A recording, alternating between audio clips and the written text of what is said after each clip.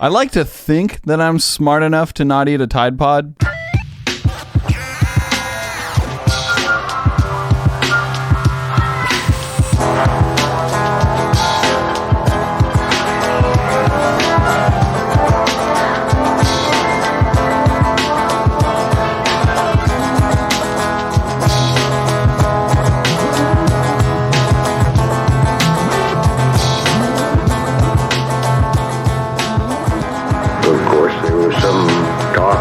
UFOs. He was going to Roswell, and as far as I know, he got in touch with the sheriff's department. They in turn called the Air Force.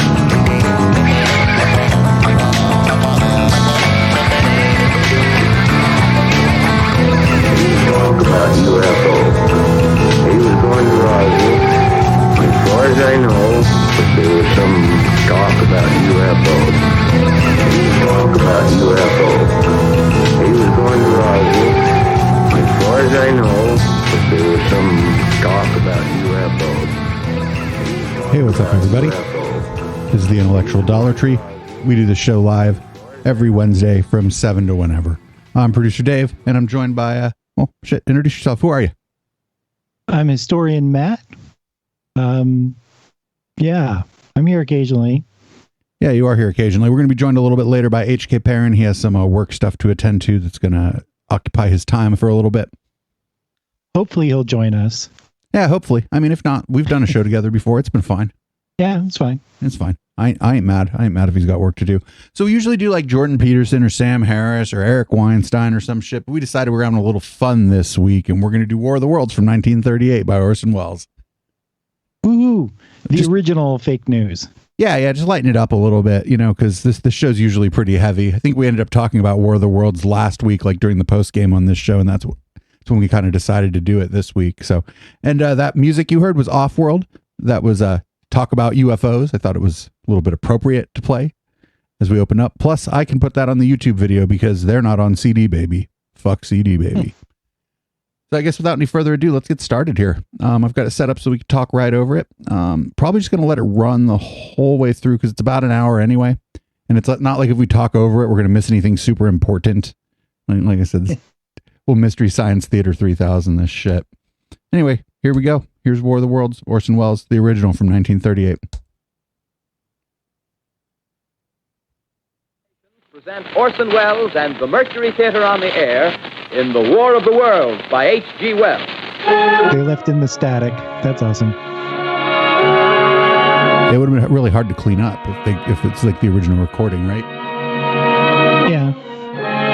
I feel like that's possible, though. Don't they have like some technology to do that?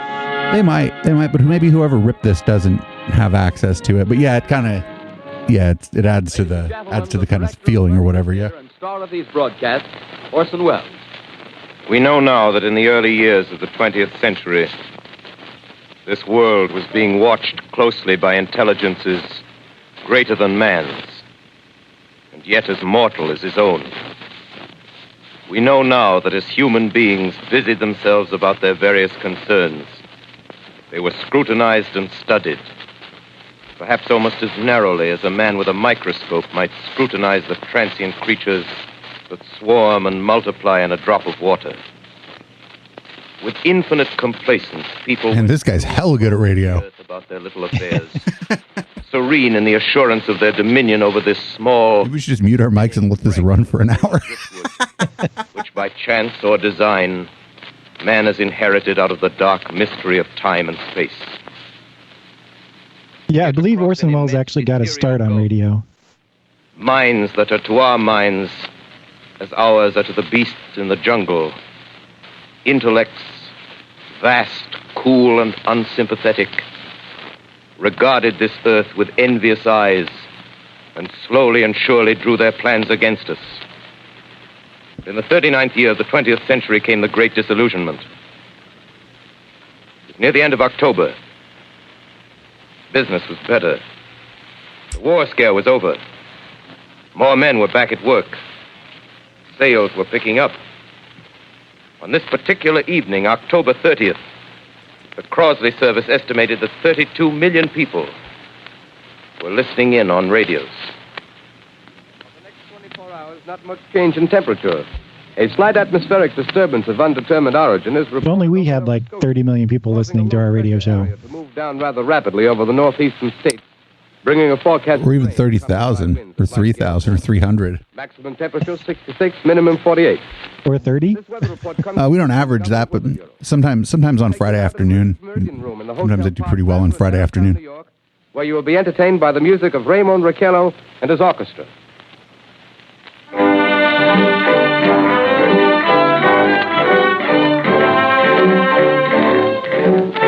The people who want to get hella pissed off at us for making fun of Sam Harris when they go to the fucking iTunes to listen to this are going to be like even more pissed off because then they're not going to have anything to be mad about this time. In the Meridian Room in the Park Plaza Hotel in New York City, we bring you the music of Raymond Raquello and his orchestra. With a touch of the... I hope this isn't copyrighted music. With La Comparsita. This whole broadcast is in the public domain. I double checked, Yeah. so. I was kidding. Wouldn't that be great if we got a hit from CD Baby from a song from the fucking 30s?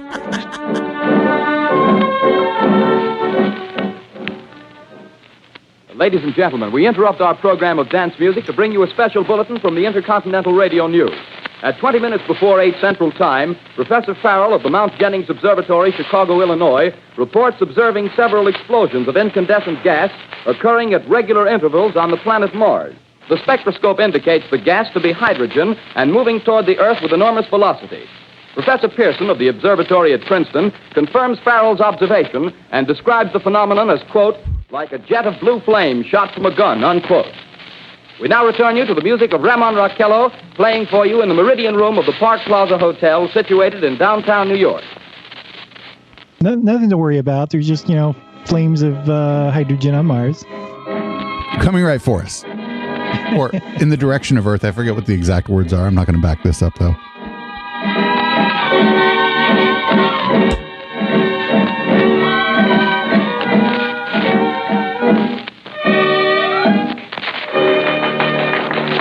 Music's pretty pleasing. And now a tune that never loses favor. The ever-popular Stardust. Raymond Raquello and his orchestra.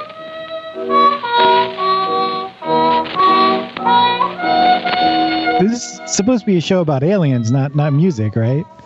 Well, I mean, yeah, of course. I'm kidding. It was a real news broadcast. What are you talking about?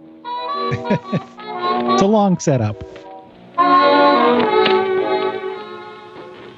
Hey, what's up, Sammy? Welcome. Ladies and gentlemen, following on the news given in our bulletin a moment ago, the Government Meteorological Bureau has requested the large observatories of the country to keep an astronomical watch on any further disturbances occurring on the planet Mars.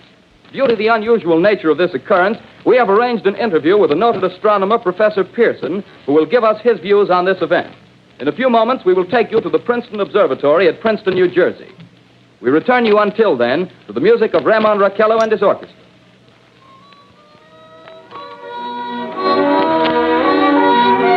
More soothing music until the scary stuff happens.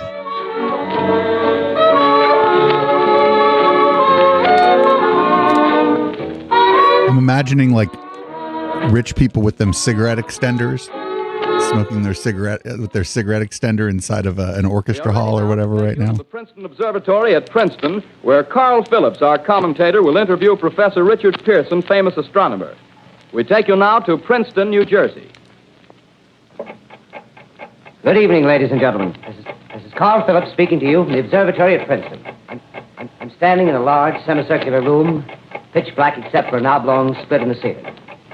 Through this opening, I can see a sprinkling of stars that cast a kind of frosty glow over the intricate mechanism of the huge telescope. The ticking sound you hear is the vibration of the clockwork.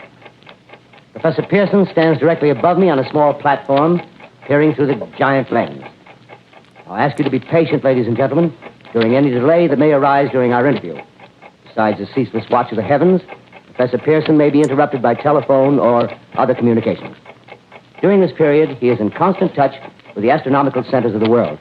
Professor, may I begin our questions? Any time, Mr. Phillips. Professor, would you please tell our radio audience exactly what you see as you observe the planet Mars through your telescope? Nothing unusual at the moment, Mr. Phillips. A red disk swimming in a blue sea. Transverse stripes across the disk. Quite distinct now because Mars happens to be at the point nearest the Earth, in opposition, as we call it. In your opinion, what do these transverse stripes signify, Professor Pearson?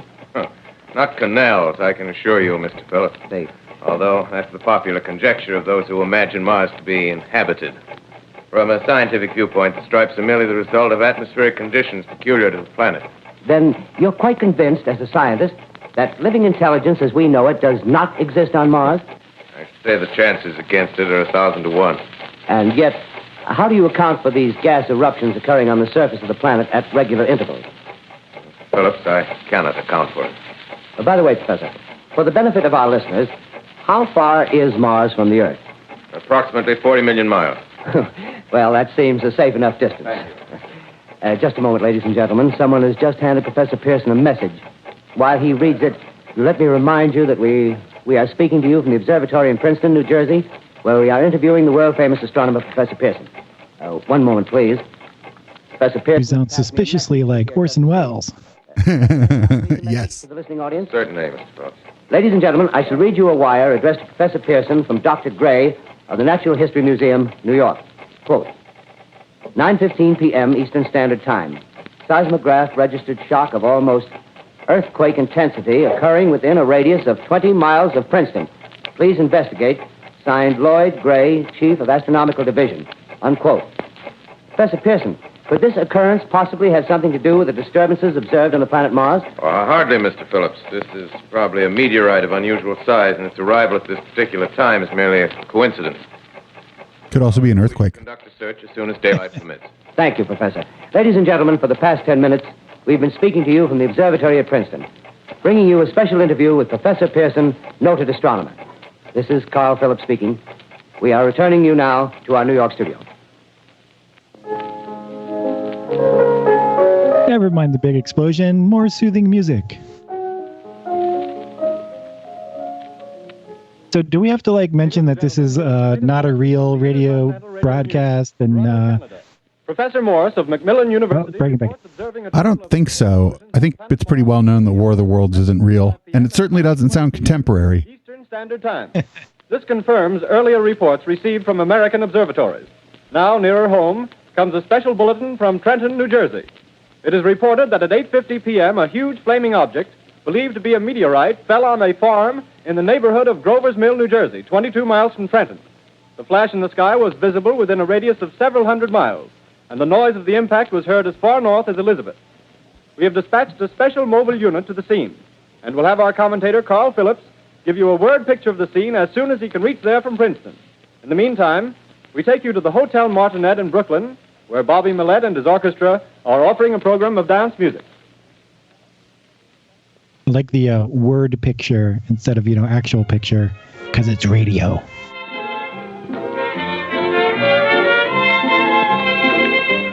This was dance music? I guess like ballroom dancing, right? Yeah. He didn't even mention that it was in a ballroom. Although it would have been funny if you cut in some real, modern dance music. Mill, New Jersey.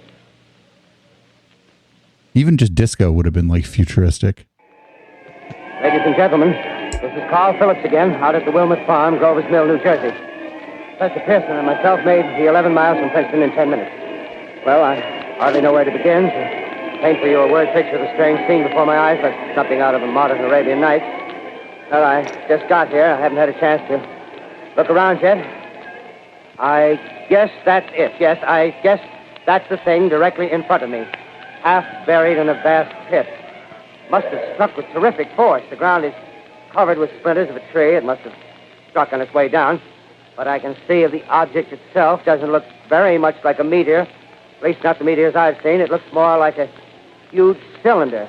Has a diameter of, what would you say, Professor Pearson? What's that? What would you say, what's the diameter of... The aliens are not so good at landing. The metal on the sheath is, well, I've never seen anything like it. The color is sort of...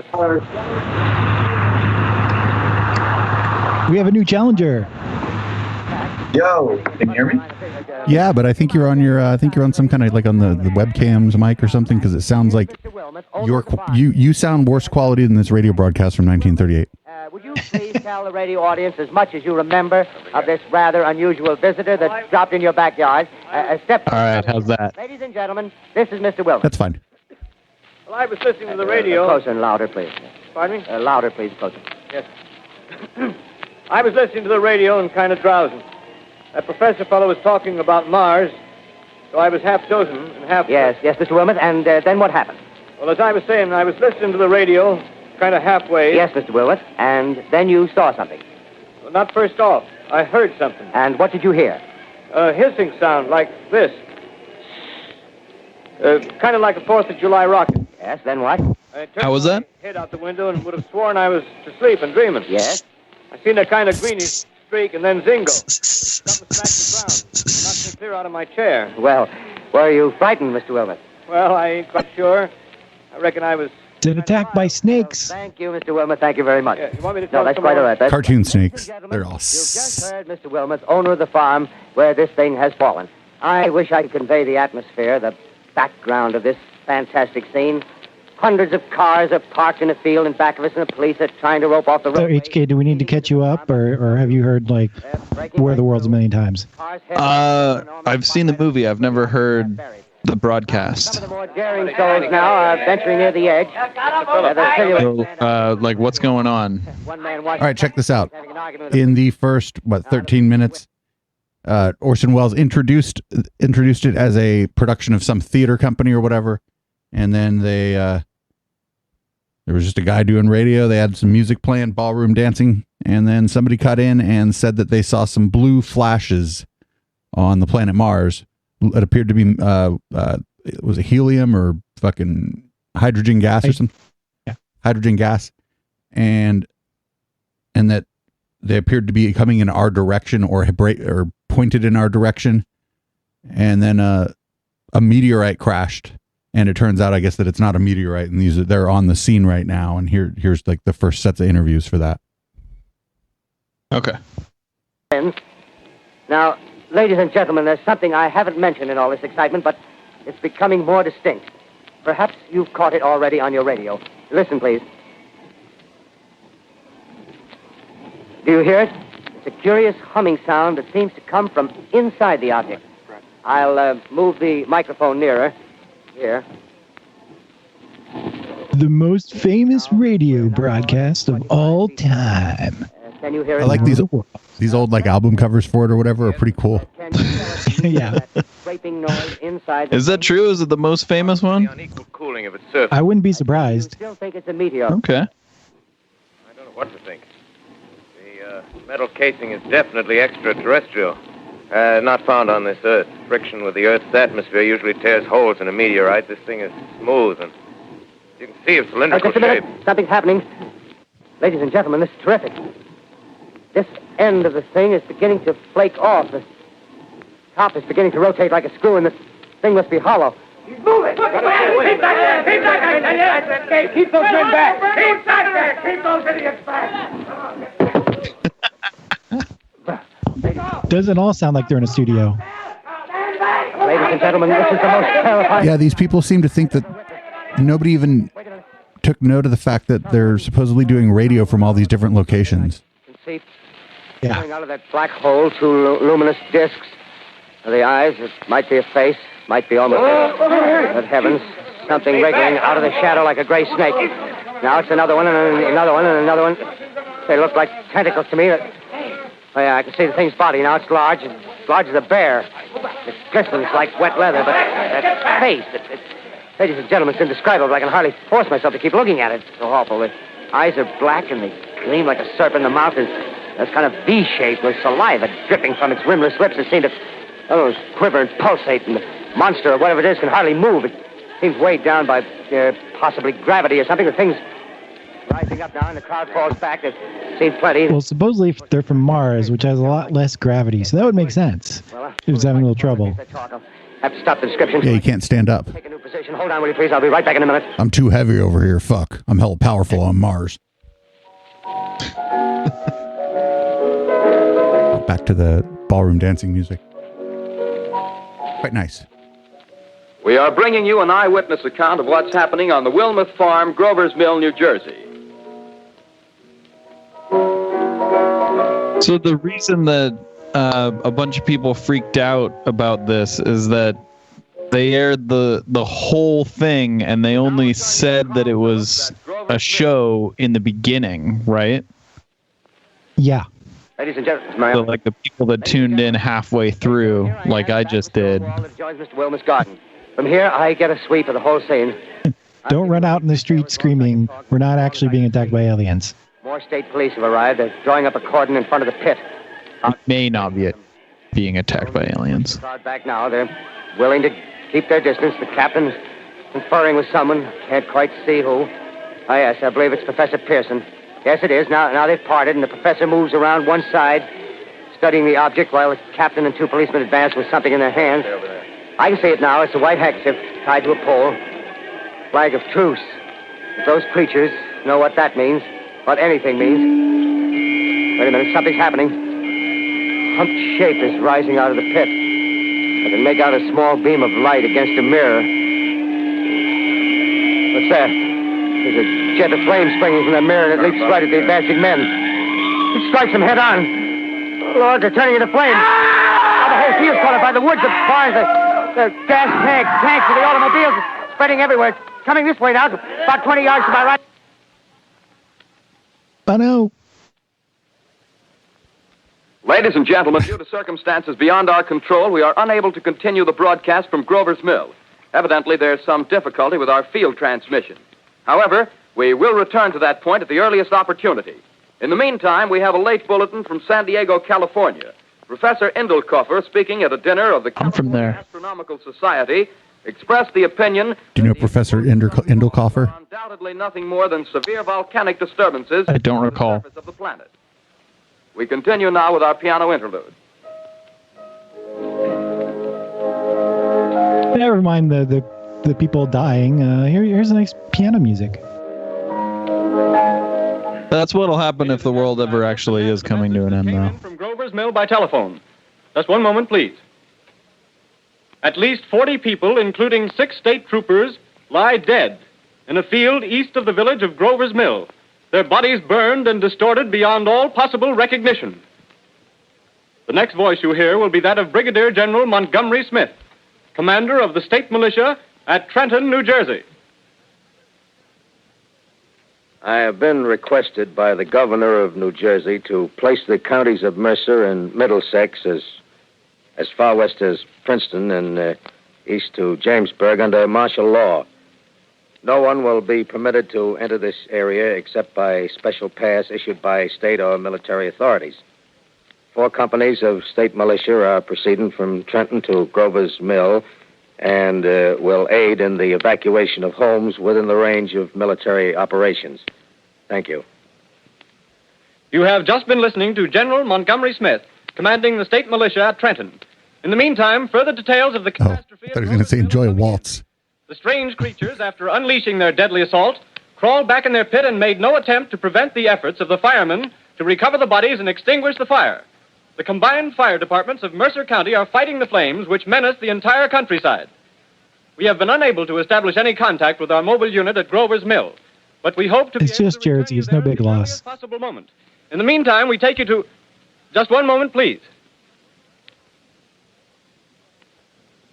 Ladies and gentlemen, I have just been informed that we have finally established communication with an eyewitness of the tragedy.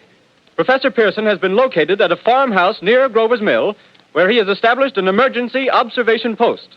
As a scientist, he will give you his explanation of the calamity. The next voice you hear will be that of Professor Pearson, brought to you by direct wire. Professor Pearson.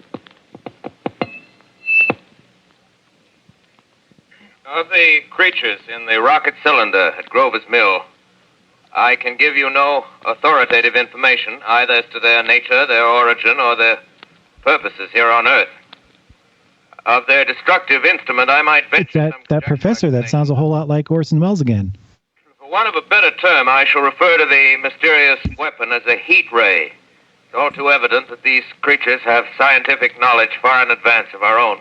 If they have a heat ray, well, yeah. It's my guess that in some way they are able barbecued 60 of you and then fucking went back in a hole and like nothing happened, then yeah. This intense heat they project in a parallel beam against any object they choose by means of a polished parabolic mirror of unknown composition, much as the mirror of a lighthouse projects a beam of light.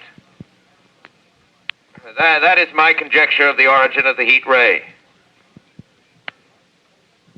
Is that basically a laser now? Like, we wouldn't do that with just a big mirror. It is a brief statement. Yeah, I don't know. I don't think the mirror, I don't think it was like reflecting moonlight or something. I think it was like I think he said it was emitting, or he was trying to suggest that it was emitting energy. The director of the National Red Cross reports 10 units of Red Cross emergency workers have been assigned to the headquarters of the state militia, stationed outside of Grover's Mill, New Jersey. Here's a bulletin from State Police, Princeton Junction. The fires at Grover's Mill and vicinity are now under control. Scouts report all quiet in the pit, and there is no sign of life appearing from the mouth of the cylinder. Now, ladies and gentlemen, we have a special statement from Mr. Harry McDonald, Vice President in charge of operations. We have received a request from the state militia. He also sounds a lot like Orson Welles. At their disposal our entire broadcasting facilities. I think it's a different dude. Of the gravity of the situation, and believing that radio has a responsibility to serve in the public interest at all times, we are turning over our facilities to the state militia at Trenton. We take you now to the field headquarters of the state militia near Grover's Mill, New Jersey. This is Captain Lansing of the Signal Corps, attached to the state militia, now engaged in military operations in the vicinity of Grover's Mill. Situation arising from the reported presence of certain individuals of unidentified nature is now under complete control. The cylindrical object, which lies in a pit directly below our position, surrounded on all sides by 8 battalions of infantry, without heavy field pieces, but adequately armed with rifles and machine guns. All cause for alarm, if such cause ever exists. No, they have that thing has a heat ray. Barbecued 60 people in just a few seconds. You need more than some guns. I can see their hiding place plainly in the glare of the searchlights here. Depends on the guns. If it's heat ray guns versus heat ray guns. Anyway, it's an interesting outing for the troops. I can You'd think they'd send some tanks over there. Back and forth in front of the lights. Looks almost like a real war. There appears to be some slight smoke in the woods bordering the Millstone River. Probably fire started by campers. Well, Fire started by campers. Oh, they're painting the military guy as a liar. Deploying on the left flank. A quick thrust and it'll all be over. Very nice. I see something on top of the cylinder. No, it's nothing but a shadow. Now the troops are on the edge of the Wilmot farm. 7,000 armed men closing in on an old metal tube. A tub, rather. Well, wait, that wasn't a shadow. It's something moving. Solid metal, kind of a shield-like affair rising up out of the cylinder. It's going higher and higher. What? It's standing on legs, actually rearing up on a sort of metal framework. Now it's reaching above the trees and the searchlights are on it. Hold on. Why is this military guy such a brilliant broadcaster? I have a grave announcement to make. Incredible as it may seem, both the observations of science and the evidence of our eyes lead to the inescapable assumption that those strange beings who landed in the Jersey farmlands tonight are the vanguard of an invading army from the planet Mars. I think the fact that there's like which took place tonight at long pauses of silence in this broadcast really sells that it's, with rifles and machine guns pitted against a single fighting really machine of the sells the authenticity of it. So, like, listening to it, I can kind of understand why so many people were convinced that it was real. crushed and trampled to death under the metal. Yeah, it kind of sounds like it's being put together on the fly by people who are not sure what's going on and are going to do one thing and then like have to figure out what to do. So it takes them 2 to 5 seconds to do that. Yeah, I know. Yeah, that's really, really well put together. Yet it isn't slow or boring or like, you know what I'm saying? It's still interesting to listen to knowing that it's fiction. Routing some of the trains through Allerton and Phoenixville. And it's even more interesting to listen to knowing that a lot of people took it seriously and freaked out because of it. By morning, the fugitives will have swelled Philadelphia, Camden, and Trenton. It is estimated to twice their normal population. Martial law prevails throughout New Jersey and eastern Pennsylvania. At this time, we take you to Washington for a special broadcast on the national emergency. The Secretary of the Interior. Citizens of the nation, I shall not try to conceal the gravity of the situation that confronts the country, nor the concern of your government in protecting the lives and property of its people. However, I wish to impress upon you, private citizens and public officials, all of you, the urgent need of calm and resourceful action. Why does this guy sound like he's a big guy in a suit with a cigar, kind of politician type guy? Secretary of the Interior. Yeah. In the military. Get that job by being a good old boy. In the meantime, placing our faith in God, we... Oh, no. Listen to the scientist listen to the scientist in the farmhouse, please. So that we may confront this destructive adversary with a nation united, courageous, and consecrated to the preservation of human supremacy on this earth. I thank you. Human supremacy? Well, if something comes along with a fucking thing that can cook 60 of us in a couple seconds, I guess no. Piling up in the studio here. We're informed that the central portion of New Jersey is blacked out from radio communication due to the effect of the heat ray upon power lines and electrical equipment. Bullshit. A special bulletin in New York. Fucking like a third of the state, did he say? French and German scientific bodies offering assistance. Astronomers report continued gas outbursts at regular intervals on the planet. Thing just started 30 minutes ago, and the French are already helping. That's pretty believable. There have been several attempts made to locate Professor Pearson of Princeton, who has observed Martians at close range. It is feared he was lost in the recent battle. Langham Field, Virginia. Scouting planes report 3 Martian machines visible above treetops, moving north toward Somerville with population fleeing ahead of them. The heat ray is not in use, although advancing at express train speed, invaders picked their way carefully. They seem to be making a conscious effort to avoid destruction of cities and countryside. However, they stop to uproot power lines, bridges, and railroad tracks. Their apparent objective is to crush resistance, paralyze communication, and disorganize human society. Here is a bulletin from Basking Ridge, New Jersey. Coon hunters have stumbled on a second cylinder similar to the first, embedded in the great swamp 20 miles south of Morristown. Army field Morristown. before the cylinder can be opened and the fighting machine rigged. So if this was happening now, do you think Trump would close the border with Mars and complain about the illegal aliens from Mars? Report enemy machines now 3 in number. My question is, if you played this for Trump, if you played this for Trump, would he believe that it was modern and real? Machines also sighted by telephone operator east of Middlesex within 10 miles of Plainfield. Here's a bulletin from Winston-Field, Long Island. If they were brown aliens, you can bet Trump would be racist against them. They keep the speeding enemy in sight. Just a moment, please, ladies and gentlemen. What if they all look like Ivanka? Run special wires to the artillery line in adjacent villages. Be fine with that. Reports in the zone of the advancing enemy. First, we take you to the battery of the 22nd Field Artillery, located in the Watchung Mountains. It looks like Ivanka that he'd be like, no collusion, do not collude with the Martians. 39 degrees. 39 degrees. Fire. 140 yards to the right, sir. Shift range, 31 meters. 31 meters. Projection, 37 degrees. I mean, let's be real. If they looked like Ivanka, he'd fuck one of them. Hit, sir. Got the tripod of one of them. That's off. The others are trying to repair it. Quick, get the range. Shift 30 meters. 30 meters. Projection, 27 degrees. 27 degrees. Fire.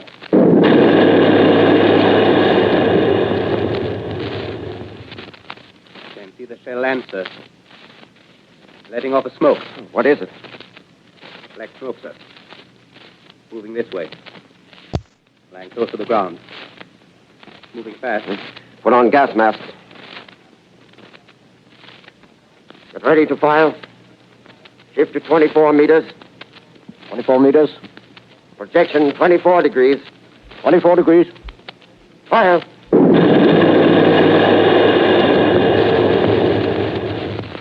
Barbecued. Can't see, sir. Smoke's coming. Do you think they used like a toilet for that sound? Because it sounds like flushing. Could be, yeah. Back in the day for radio drama, they were like hell of creative about sound effects because they had to do it all live and like in a radio studio. 22 degrees. People are still pretty creative about sound effects. It's hard to like CG sound.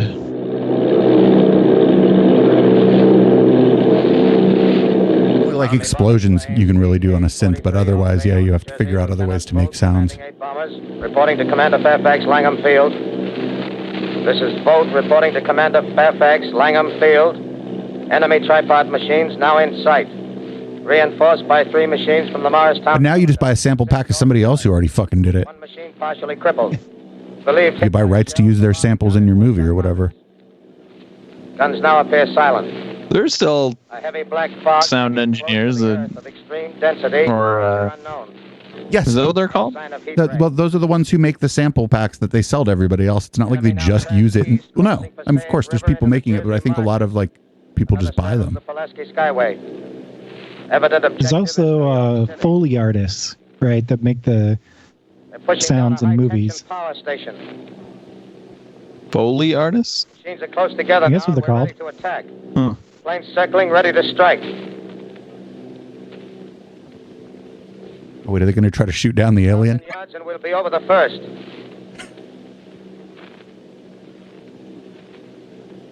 $800 yards.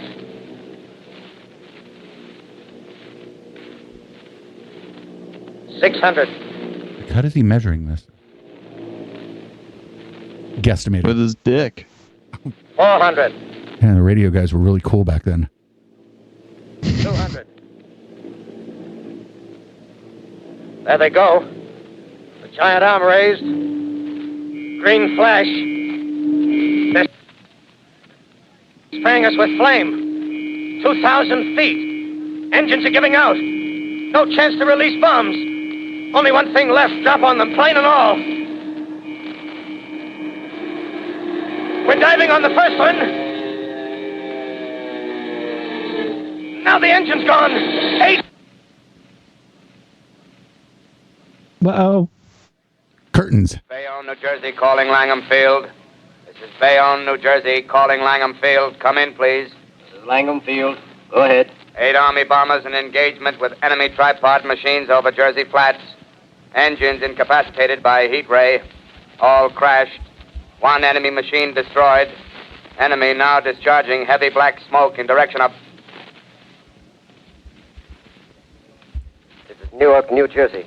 This is Newark, New Jersey. Warning. Poisonous black smoke pouring in from Jersey marshes. Reaches South Street. Gas masks useless. Urge population to move into open spaces. Automobiles use routes 7, 23, 24. Avoid congested areas. Smoke You just told all the cars where to go, so... Were people evacuating? I'm having a hard time believing people were evacuating. Well, calling CQ, 2X2L, calling 8X3R, come in, please. Were you? This is 8X3R, coming. Well, there's a number of people standing around in red hats denying that there's any aliens. Okay, please. Where are you, 8X3R? What's the matter? Where are you?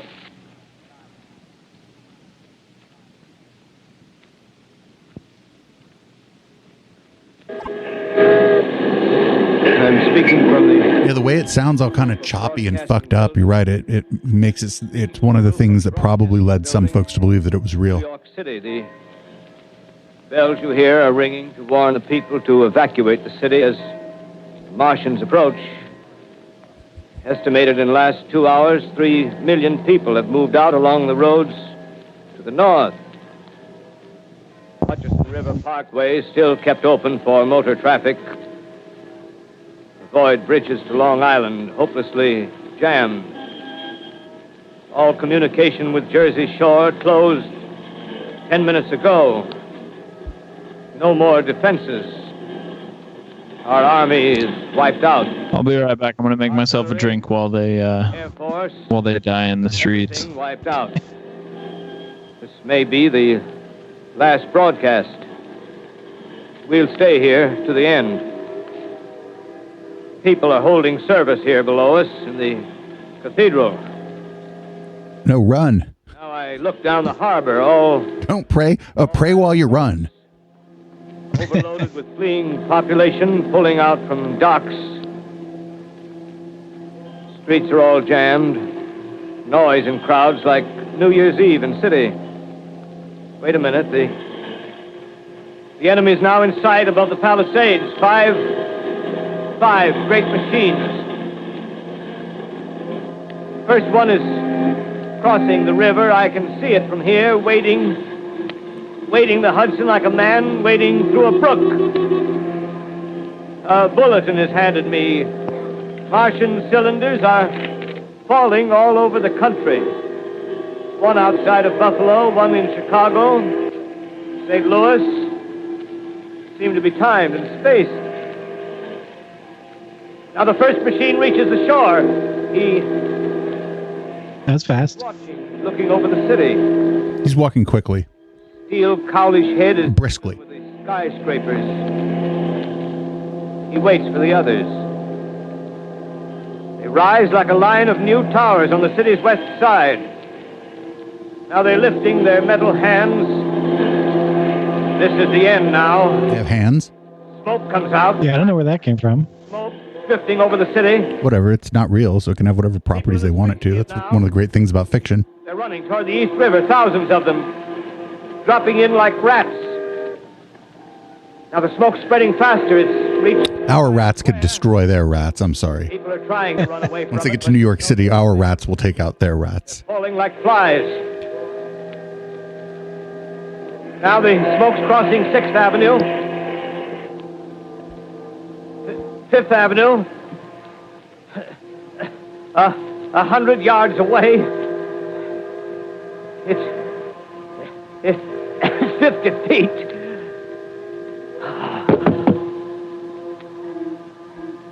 I think he passed out. forever.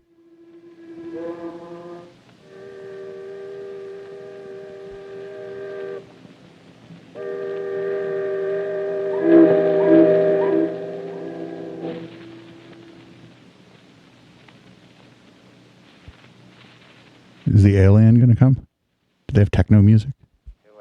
2X2L calling CQ. 2X2L. Just like New Jersey to send killer aliens to New York. 2X2L calling CQ, New York. Isn't there anyone on the air? What happened? He died. Anyone on The smoke got him. Oh shit! The big Anyone? the big cloud of smoke got him. 2X2L. God, who was that? The Secretary of the Interior? No, the broadcaster. I think the Secretary of the Interior was the person who told on the military guy for lying to us earlier. In an original dramatization of The War of the Worlds by H.G. Wells. The performance will continue. They just announced it. This is the Columbia Broadcasting System. The War of the Worlds. So they did announce it. Why'd people freak out then? Theater on the air. If you were listening to that and you believed it and you were in a big city, wouldn't you just drop everything and get out of the big city if you could? I'd keep listening to it though. Oh yeah, it's on the radio. Yeah, a lot of people then just had radios in their living room. As I set down these notes on paper, I'm obsessed by the thought that I may be the last living man on Earth. I've been hiding in this empty house near Grover's Mill, a small island of daylight cut off by the black smoke from the rest of the world. All that happened before the arrival of these monstrous creatures in the world now seems part of another life. A life that has no continuity with the present. Furtive existence of the lonely derelict who pencils these words on the back of some astronomical notes bearing the signature of Richard Pearson. I look down at my... Oh, it's Dr. Pearson from earlier. Try to connect them with a professor who lives at Princeton and who, on the night of October 20th, glimpsed through his telescope an orange splash of light on a distant planet. I thought it was blue. My wife? Not that distant. It's like the second closest to us, right? Mars is the closest. Observatory? Isn't it? I thought Venus was. Maybe you're right. Maybe it's Mars. I don't know. I thought it depended on where each of the planets were in their orbit. True. If Mars is on the other side of the sun, then it's definitely not the closest. Do days exist without calendars? Does time pass when there are no human hands left to wind the clocks? That's what I'm wondering, too. Writing down my daily life, I tell myself I shall preserve human history between the dark covers of this little book that was meant to record the movements of the stars. But to write, I must live, and to live, I must eat. I guess by this time in the broadcast, people had already freaked out and left. Too spoiled to swallow. I think so, yeah. Well, keep watch at the window. Because he's waxing poetic about being the last person on Earth. And it's like, if someone heard that, they'd go like, smoke. oh yeah, this is... Smoke still this is holds clearly black coil, but like a theater production. A Martian mounted on his machine, spraying the air with a jet of steam as if to dissipate. The reports of people freaking out and running in the streets were actually very much exaggerated.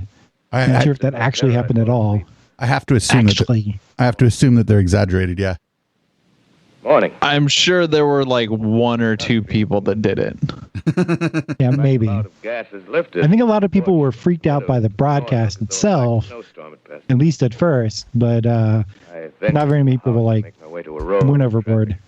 Here in their wrecked car, baggage overturned, a blackened skeleton. There was probably that one dude that drove all the way to Florida before he realized these monsters and running away from them. No one else is freaking out. And I keep a careful watch. I've seen the Martians feed. Should one of their machines appear over the top of trees, I'm ready to fling myself flat on the earth. I come to a chestnut tree. October. Chestnuts are ripe. Fill my pockets. I must keep alive. 2 days I wander in a vague northerly direction through a desolate world. Finally, I notice a living creature. A small red squirrel in a beech tree. I stare at him and wonder. He stares back at me. I believe at that moment the animal and I shared the same emotion. The joy of finding another living being. Push on north. I find dead cows in a brackish field, and beyond the charred ruins of a dairy and a silo remain standing guard over the wasteland like a lighthouse, deserted by the sea. Astride the silo perches a weathercock. The arrow points north. North. Next day, I come to a city.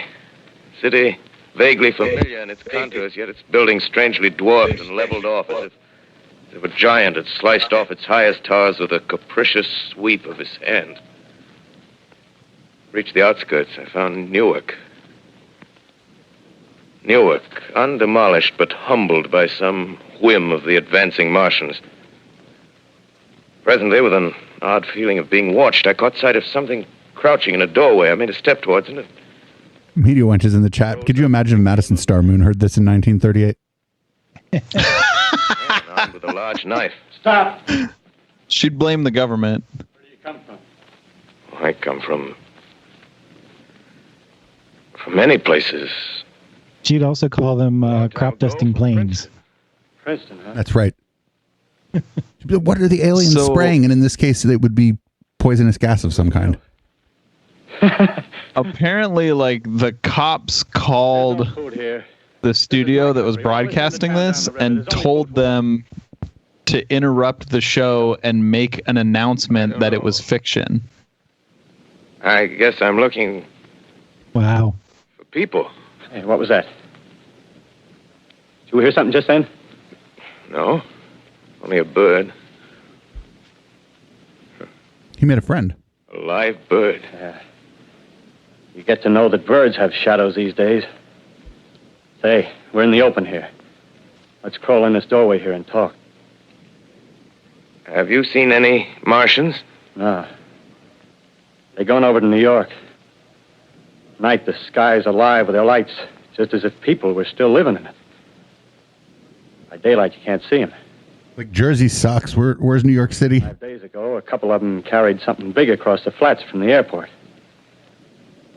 I think they're learning how to fly. Fly? Yeah, fly. Pilot lessons, man. Pilot lessons. All over with humanity. Stranger, there's still you and I. 2 of us left. Yeah. They got themselves in solid. They wrecked the greatest country in the world. Those green stars, they're probably falling somewhere every night. They've only lost one machine. There isn't anything to do. We're done. Mechanical failure. We didn't even take it out. Where were you? You're in a uniform. Yeah, what's left of it. I was in the militia. National Guard. That's good. There wasn't any war. Any more than there's war between men and ants. Yes, but we're eatable ants. I found that out. You could eat ants if you have a big enough pile of them. I thought it all out. Right now, we're caught as... I wouldn't recommend it. The Martian... No, probably not very good. A few miles to get a crowd on the run. But they won't keep on doing that. They'll begin catching us systematic, like keeping the best and storing us in cages and things. They haven't begun on us yet. Not begun? Not begun. All that's happened so far is because we don't have sense enough to keep quiet. Bothering them with guns and such stuff and losing our heads and rushing off in crowds.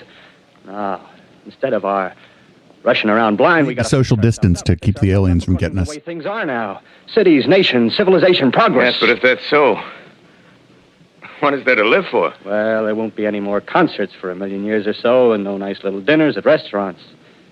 If it's amusement you're after... Concerts, that's really the most important thing. What is there left? Life, that's what. I want to live. Yeah, and so do you. We're not going to be exterminated. And I don't mean to be caught either. Tamed and fattened and bred like an ox. What are you going to do? I'm going on. Right under their feet. I got a plan. We men, as men, we're finished. We don't know enough. We got to learn plenty before we got a chance. We've got to live and keep free while we learn, see? I've thought it all out, see? Well, tell me the rest. Well, it isn't all of us that are See? wild beasts. He sounds like a stereotypical 30s like gangster guy. That's why I Yeah, watched- see, man. Watched you. All those little office workers that used to live in these houses. They be no good. They haven't any stuff in them. They used to run off to work. I've seen hundreds of them running to catch their commuter's train in the morning, afraid they'd get canned if they didn't. Running back at night, afraid they wouldn't be in time for dinner. Lives insured and a little invested in case of accidents. Yeah, and on Sundays, worried about the hereafter. It sounds like maybe a couple hundred people heard this broadcast live. Food, careful breathing, no worries. And the people that were fooled just called the cops to see what was going on. You've thought it all Or out. the people who weren't necessarily even all the way fooled. That isn't all. They were just like, wait, what's going on here? Pets or something. Train. So like the idea, you know, that you've got this newspaper here stirs terror through the U.S. No, it's more like maybe a couple hundred people. Hunt us. The tabloid, though, that they're showing, right? Yes, they will. Yeah. There's men who do it gladly. Yeah, I think Orson Welles like kind of pushed that narrative that people freaked out. Yeah, of course. Get it in papers and get the word out and You and I and others like hopefully get a bigger audience for a replay. we to live when the Martians own the Earth. I got it all figured out. We'll live underground. I've been thinking about the sewers. Under New York, they're miles. Teenage Mutant Ninja Turtles. The main ones are big enough for anybody. Who wants to become a sewer person? Underground storerooms, railway tunnels, subways. You begin to see, huh? We'll get a bunch of strong men together. No weaklings. That rubbish, out. As you meant me to go. All right. Give you a chance, didn't I? Won't quarrel about that. Go on. Well, we got to make safe places for us to stay in, see? Get all the books we can. Science books. That's where We'll learn science, just the two of us. we raid the museums. We'll even spy on the Martians. May not be so much we have to learn before... Listen. Just imagine this. 4 or 5 of their own fighting machines suddenly start off. Heat rays right and left. Not a Martian in them. Not a Martian in them, see? But men. Men who've learned the way how. May even be in our time. Gee. Imagine having one of them lovely things with its heat ray wide and free. We'd turn it on Martians. We'd turn it on men. We'd bring everybody down on their knees. That's your plan. You, me, a few more of us. We'd own the world. I see. Hey. Hey, what's the matter? Where are you going? Not to your world. Bye, stranger. Well, after parting with the artilleryman, I came at last to the Holland Tunnel, entered that silent... I wish you would have said, I thought that guy was never going to go away. to know the fate of the great city on the other side of I was the... going to say, like, later, dude. Cautiously, I came out of the tunnel and made my way up Canal Street. Reached 14th Street, and there again were black powder and several bodies and an evil, ominous smell from the gratings of the cellars of some of the houses. I wandered up through the 30s and 40s, stood alone on Times Square, caught sight of a lean dog running down 7th Avenue with a piece of dark brown meat in his jaws and a pack of starving mongrels at his heels. Made a wide circle around me as though he feared I might prove a fresh competitor. Walked up Broadway in the direction of that strange powder, past silent shop windows, displaying their mute wares to empty sidewalks. Past the Capitol Theater, silent, dark.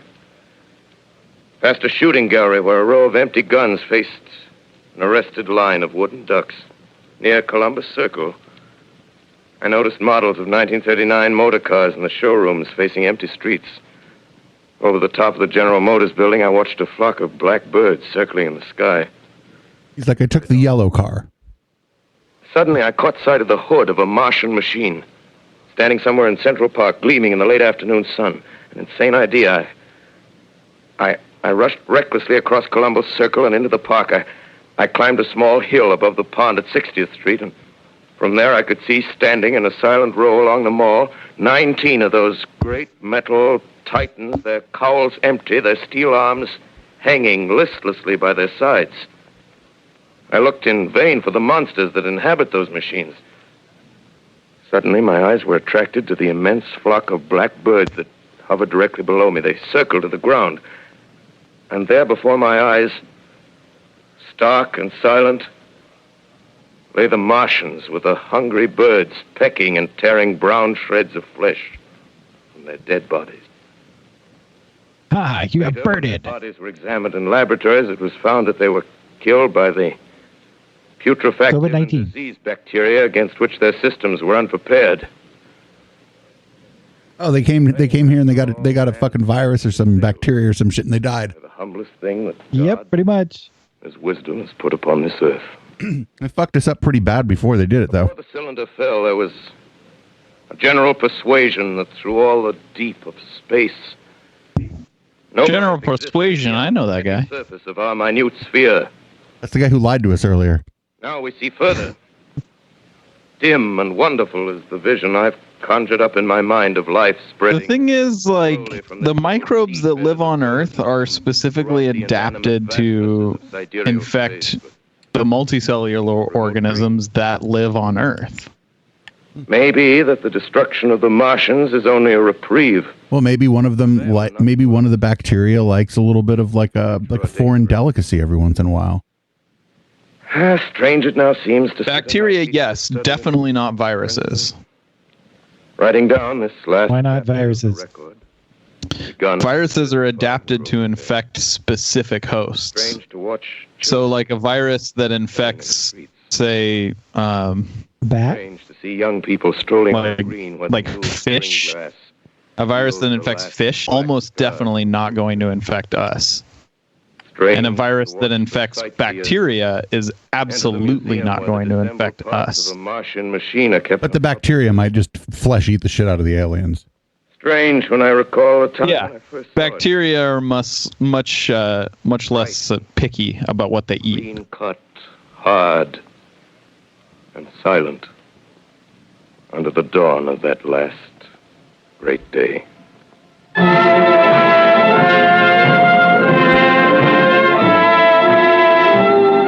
Is that it? That was it. Bacteria wins. Woo! That was cool. I've never actually heard that before. I really enjoyed that.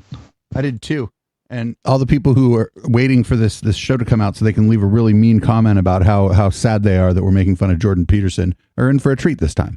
Something rather enjoyable and fun. Do people still care about Jordan Peterson? I don't know. We don't talk about him anymore. The groups that I'm in that make fun of him are a little more quiet now too. Kind of like him. It's just like kind of sad now. Well, hold on. Talking about him. He's actually like working on a new book. Oh. How I nearly killed myself thanks to my beef daughter. The book's entitled "Help! Beef Daughter is Trying to Kill Me" and Other Stories by Jordan Peterson. So Igloo in the chat was Igloo BC was saying that maybe we haven't learned a whole lot since this, and that people are just as inclined to believe untrue things now as they were when this occurred. Yeah, but this is like a little bit different. Like, I would say more inclined. Yeah. I mean, here they were purposely trying to make something sound realistic, but they weren't really serious about it. You know, they did actually mention about halfway through that it was just a radio program and not a real broadcast from any news organization. Yeah.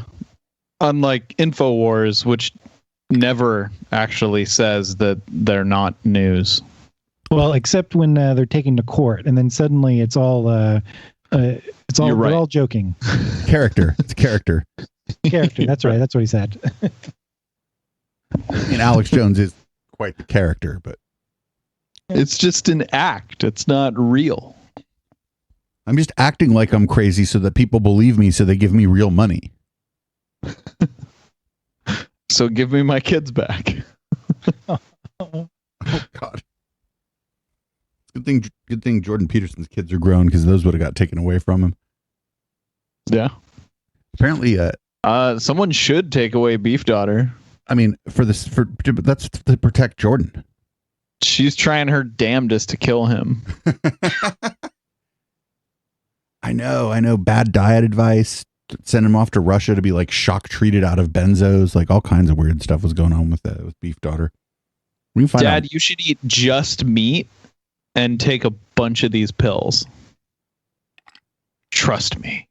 It's fine. You'll own Matt Dillahunty if you just do this. You'll own Matt Dillahunty in your next exchange if you just do this for 2 years. Trust me, Father. I have your best interest in mind. Oh, by the way, she'll block you on Twitter if you refer to her as Beef Daughter. Oh my God, I'm going to do that right now. And Instagram too. Your ice cream. What's her Twitter handle? I don't know. Just look for Michaela Peterson. Spell it wrong into Google and it'll find. Just put the word Twitter and then try to spell Michaela Peterson into Google. It'll figure it out for you. That's how I find everybody on Twitter. I like how your background blur now just thinks the whole thing is the background because you're like Is it her? If you had the background blur turned off on your camera, I'd be able to read it. But it's like looking for your face and trying to blur everything else. So you put anything up to the camera that isn't your face and nobody can read it. What's going on, man? I don't think this is the one. She's only got like 182 followers. Oh no, Beef Daughter. Maybe she's not even on Twitter. No, she's definitely on Twitter. I don't know. Fucking Google. I swear to Google Beef Daughter right. Twitter. Beef Daughter. I'm not even kidding. You'll probably find her. So, yeah, I'm real glad we did the. Holy shit! What the fuck? Why did she spell her name like that? She didn't, dude. She fucking, of course, she didn't do that. Why did her parents spell her name like that? Yeah, she didn't. It's like hold on. Hold on. So I'm glad we watched the War of the Worlds. I don't think I had heard it in its entirety in like 20 years since I was like kind of a young man. It's really fun to listen to. I didn't notice that they painted the military person as a total liar in this before, and I really like that when they cut to a military person, that's the person who just directly lied to people and told them that nothing was going on, and then like 5 minutes later they cut to the Secretary of the Interior who was like, "No, we're fucked." And so the Secretary of the Interior threw the military person under the bus. I just feel like there was a lot of drama going on in this, and I feel like it was really well done.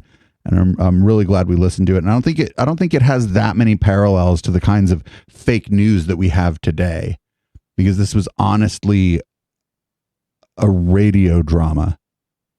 It was honestly fake.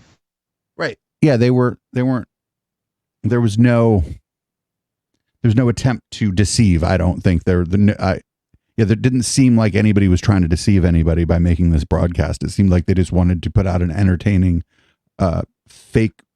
And I think it's kind of interesting too that I don't know if people had done this before, but they used the medium of radio to make a radio drama, where radio itself was the backdrop of the drama they were making. So it wasn't like, oh, we have this drama and this is happening in a house. No, this thing is happening on the radio, but the thing that we're making a drama about is also happening on the radio. So I think it's like kind of interesting how they, man, I could have said that better with a lot fewer words.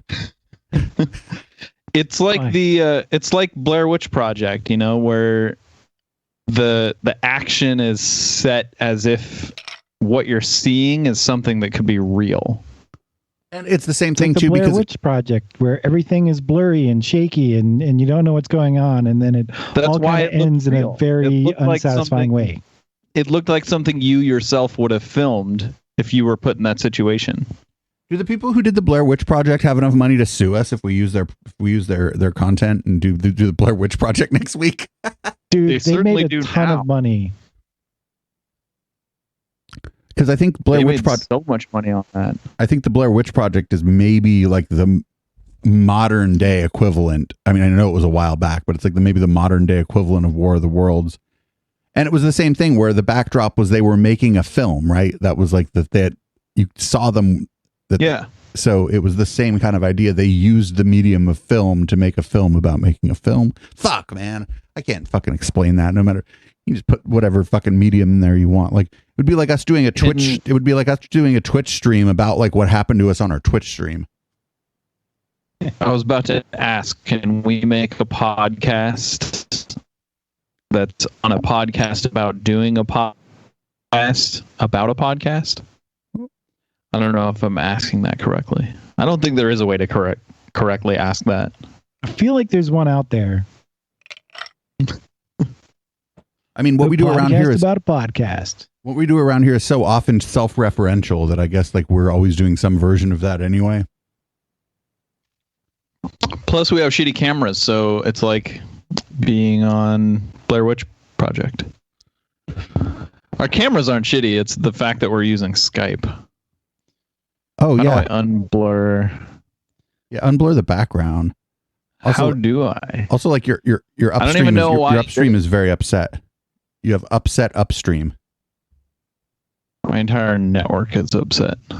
Is it difuminar mi fondo? I think that's it. Yeah, there we go. Why is do you have Skype installed in a foreign language? I don't know how to say blur, so I know fondo is background, but I did not know that difuminar means blur. All right, everybody, thanks for listening to the podcast version of this. Thanks for checking out the YouTube version of this. This has been the Intellectual Dollar Tree. We'll do some other dumb videos when we get back in a minute. What else do we have?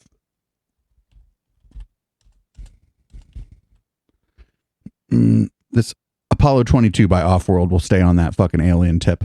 Plus, it's long enough that I could take a piss and make another drink. Thanks, everybody, for tuning in. Again, love you all. We'll be right back, live listeners.